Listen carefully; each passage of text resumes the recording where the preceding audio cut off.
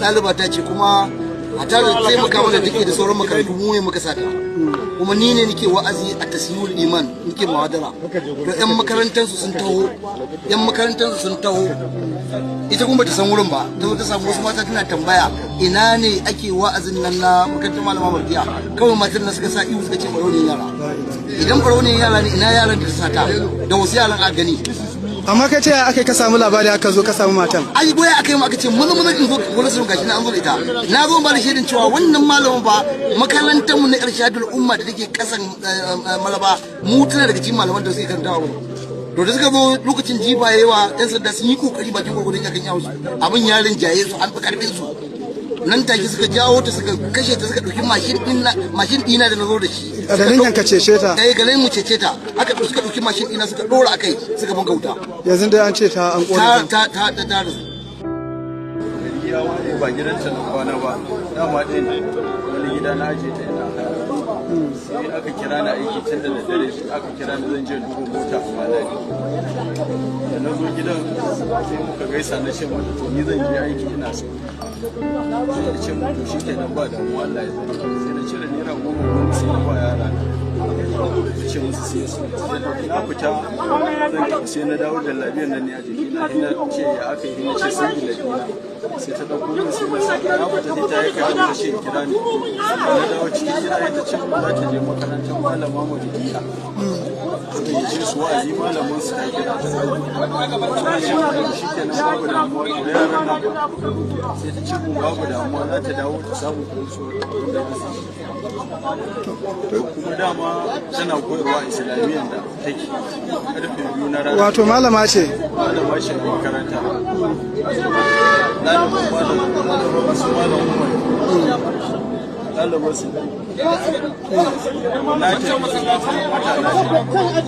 na ce ina cikin aiki sai wani ya kira ni da wata bakuwar nama da na daga sai muka gaisa da shi sai ya ce kana da mutum kai da sai ce sai ce mun ta ce NDC kake aiki ya ce kana NDC ne na ce ina malali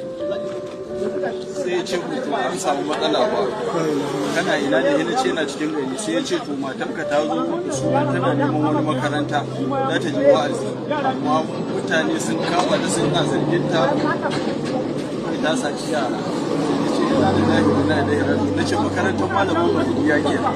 wanda na fara gaya mai sai ya ce mun lalle haka ta gaya mashi sai na ce sai ya ce mun makarantar ba unguwan nika ba amma ta tsaya tambaya shine aka zo aka same ta haka sai ya ce wannan abu ba karamin magana bane ina da wakili ina daga waya na kira abokina mai gida Sule shi ma mai unguwa ne sai na ce mai kaji halin da iyali na take ciki sai ya hau mashi sai ya tafi yana tafiya na kira shi sai ya ce yanzu ya zo bari ga shiga sai na sake kiran shi sai ya ce Allah ya da ai makaranta za ta je wa'azi sai na ce mai ina duba waya na yanzu na yi sulman gobe ba ni da lambar malamin su amma barin kira a je a samu malama a mata bayani sai ya ce mun to shikenan babu damuwa yanzu mutane sun yi yawa a wurin nan bari yayi kokari ya kira DPO a dauke ta a police station waya haka da shi sai na kira wata yayana wanda tana nan ƙasa tana zaune sai na ce mata ga halin da nake ciki iyali na gashi saboda mun zauna gida ɗaya da ita shine sai ta ce mun to bari yanzu ta yi kokari ai malamin ma za a iya samun ta gida sai ta ce ai tana kuma ta ce bari ta gida sai na sake kiranta in ji ake ciki sai ta ce mun ai ta kira malama ta ce mata to bari ta kira malam Umar suna tare da shi ma shi yake wa'azi a wurin zai je wurin suna station din ko suna wurin nace suna tsallake daga haka yana cikin aiki ba da mota ba cewa aiki sun ce wannan ba karamin abu bane sai ce ka bayan abu ma haka tafi sai na huma shi daga bayan na zo kawo ana ta kira na waya ana ta kira na aka ce abu sai shi wannan abu ba bane sai na tare mai mashin na ce nawa zai kawo da marama sai ya ce 2000 na ce mashi kafin haka na kira wani yayana wanda shine sanadiyar zuwa na nan malam a takeice dai sun kashe ta Allah ya gafarta masa Allah ya gafarta mata Allah ya gafarta mata to kalama kallah ku za a iya cewa wannan lamari a gaban ka ya faru na wannan lamari kuma duk da ita ma kusan a iya cewa ɗalibar ka ce ai ba kusan ba ɗaliba ta ce ɗaliba ta ce kuma a tare da taimaka mana da take da sauran makarantu mu ne muka sata kuma ni ne nake wa'azi a tasiyul iman nake muhadara to yan makarantar su sun taho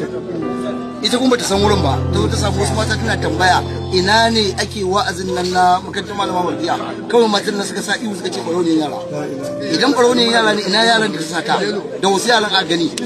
amma kai ce aka ka samu labari aka zo ka samu matan ai goya aka yi aka ce mun in zo wani sun gashi na an zo da ita na zo ba da shaidin cewa wannan malamin ba makarantar mu na irshadul umma da take kasan Malaba mu tana daga cikin malaman da suke karantawa to da suka zo lokacin jiba yawa yan sanda sun yi kokari bakin gurgurun yakan yawo su abin yarin jaye su an fi karfin su nan take suka jawo ta suka kashe ta suka dauki mashin dina da nazo da shi a dalilin ka cece ta ganin mu cece ta aka suka dauki mashin dina suka dora akai suka buga wuta yanzu dai an ce ta an kore ta da sunan mijin na da kuka ce Aliyu dan wannan gari ne nan Malaba ne da ka je masallacin hijira kana gangarawa ga dan haka wannan mata ɗalibar mu ce in ɓaro ne yara ne to na yaran ta satan babu an turmu sai an ganta da yara biyu yaran wa